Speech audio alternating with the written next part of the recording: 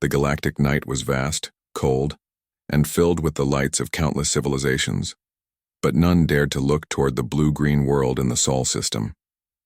Earth was classified as a developing world, its species considered primitive and slow to evolve.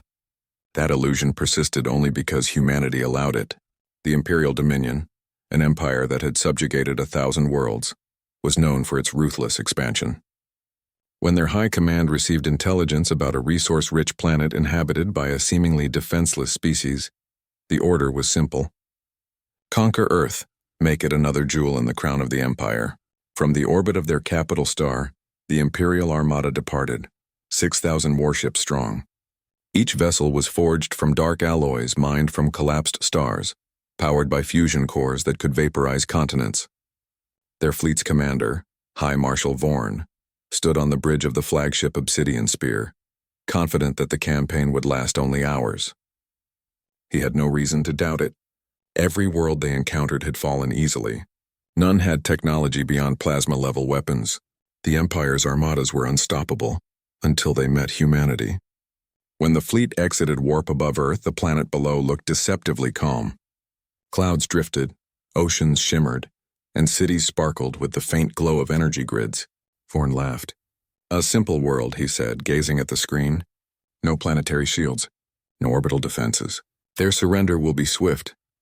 But the sensors returned something strange. The readings were distorted, as though the planet was wrapped in a fog of energy unlike anything in their databases. Communications officers attempted to scan deeper, but their signals bounced back, reflected perfectly as if the planet itself rejected their technology. Moments later, a voice echoed through the command deck, human, clear, and calm. It was transmitted directly into every Imperial vessel, bypassing their encrypted channels. "This is the defense network of Earth," the voice said. "You are entering restricted space. Leave now." Laughter rippled through the command crews of the Empire. To them, this was the bleating of cattle before slaughter. Vorn ordered a forward barrage, intending to burn a line across the planet's atmosphere to display dominance. But before his order could be executed, the fleet's targeting systems failed. Every weapon control froze and lights across the fleet flickered. Alarms blared as navigation systems crashed. The ship's reactors, once roaring with energy, dimmed as if smothered by an invisible hand. Within seconds, 6,000 warships, the pride of the Imperial Dominion, were rendered silent. On Earth, far below the flickering formation in orbit, humanity simply watched. Hidden beneath the planet's crust, buried in installations built long before the Empire's first conquest, the human defense network activated. It was not a military system in the traditional sense, it was something far more advanced. Artificial intelligences woven into the quantum fabric of the planet analyzed every intruding vessel at once. Nanofields expanded, folding space to rewrite reality itself. Humanity had learned long ago that survival meant hiding its strength. They had watched empires rise and fall, choosing patience over aggression. When alien explorers first approached Earth centuries earlier, humanity masked its capabilities behind false signals, fake histories, and illusions of weakness. But that patience had limits. The fleet above began to disintegrate, not from explosions but from within. The very atoms of their ships unraveled as their quantum bonds dissolved. It was quiet. No fire, no sound. The Obsidian Spear vanished as if it had never existed. Vorn's final sight was the planet below, calm and beautiful, as his reality fractured into silence. Across the Empire's communication network, panic spread. Fleets scrambled to make contact, but every channel returning from the Sol system was static. Scout drones sent afterward vanished instantly. Within days, Imperial Command had to accept the unthinkable. The fleet was gone, erased with no trace, no wreckage, no survivors. Rumors spread like wildfire among the outer colonies. Some said the humans had unleashed a weapon that could rewrite physics itself. Others whispered that Earth had allies from another dimension. The truth was simpler and far more terrifying. Humanity had evolved beyond the physical limits of war. They had transcended the concept of conflict through mastery of controlled quantum fields, information manipulation, and spatial compression. What the Empire considered weapons were to humans outdated relics of an earlier age. In the underground citadel beneath the Himalayas, the Global Defense Council convened. A man named Elias, the acting coordinator, monitored the holographic displays showing the empty orbit where the fleet had been. He spoke quietly, his tone without triumph. They were warned. We asked for peace. They demanded conquest. Now they understand. Humanity did not celebrate. Victory had no meaning when the outcome was inevitable. For generations, their scientists and strategists had prepared for the moment when the galaxy's arrogance would challenge them.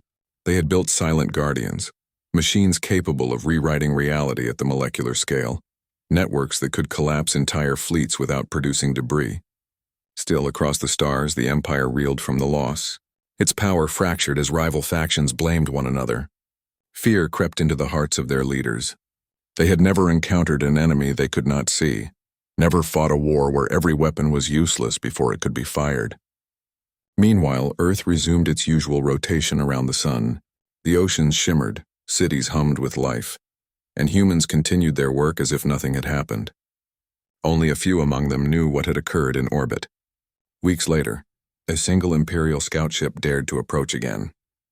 Its pilot, desperate to prove his worth, activated a stealth field and drifted toward the planet. As the ship entered the edge of Earth's gravity well, the pilot's instruments began to fail.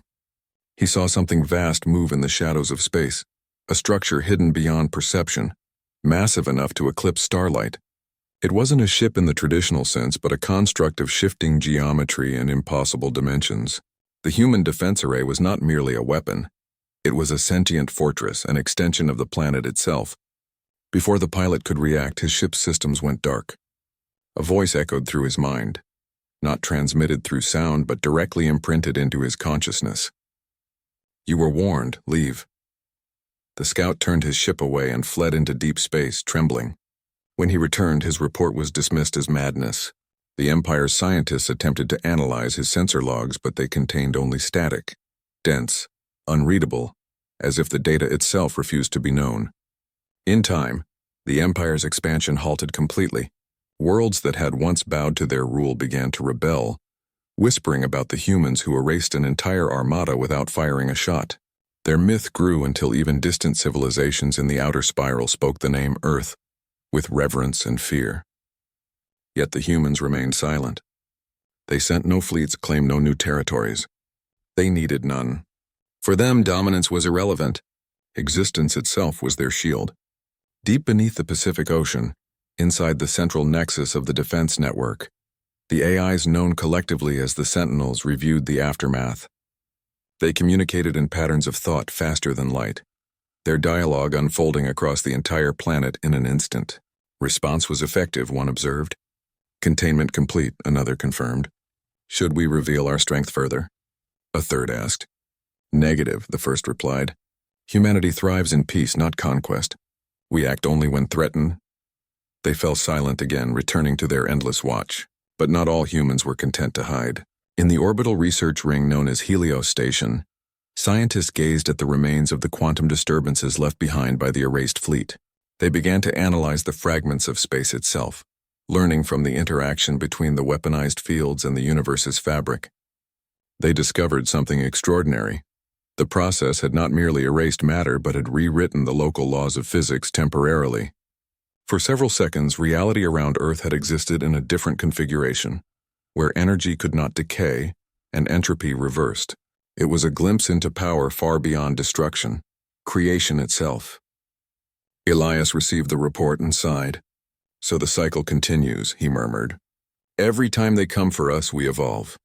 Centuries would pass before the next attempt. Civilizations would rise and fall. Empires would learn caution. But the legend of Earth would spread. The world that erased an armada without anger or cruelty, only precision. Among the stars, explorers would one day find the remnants of the empire that had dared to invade. Their worlds, abandoned and silent, were preserved in perfect stillness, frozen in time by an unseen force. And somewhere in the heart of the Milky Way, a faint transmission continued to echo, repeating endlessly through the void. Warning: this sector is under human protection. Do not approach. Most civilizations heeded the message. A few did not. None returned. In the end, humanity remained what it had always been: resilient, patient, and unshakable. The galaxy had learned a lesson written not in destruction but in silence. Earth needed no empire. Its strength was absolute and its peace eternal.